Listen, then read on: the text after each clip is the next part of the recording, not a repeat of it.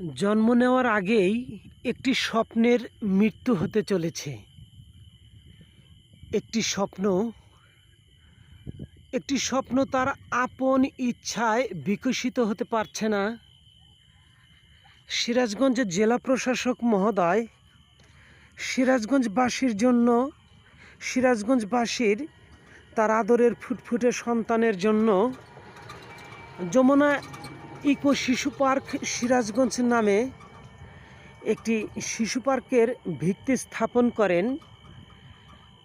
4 September 2025 খ্রিস্টাব্দ 20 ভাদ্র 1432 বঙ্গাব্দ। বাস্তবায়নে জেলা প্রশাসক মহোদয়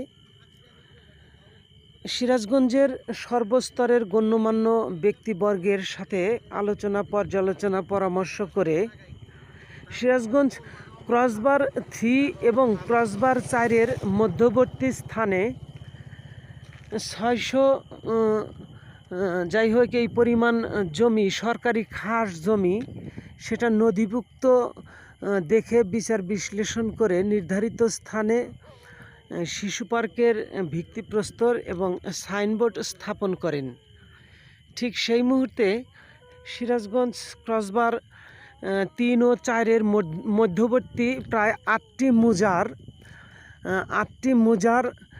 জমির মালিকগণ, যাদের এই জমিতে বসতবাড়ি ছিল, আবাদি জমি ছিল, যাই হোক, এই জমির মালিকগণ তাদের জমির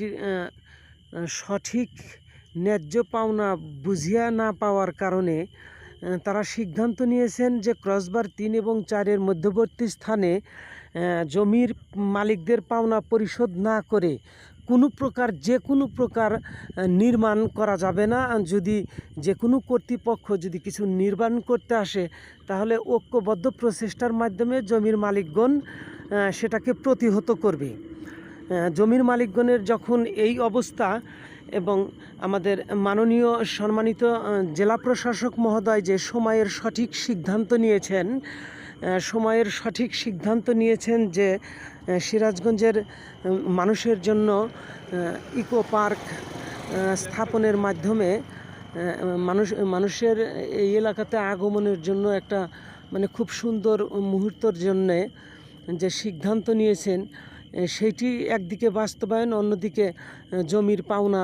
সেই পাওনা বুঝিয়ে না পাওয়ার কারণে জমির মালিকদের যে সিদ্ধান্ত, এরই মাঝখানে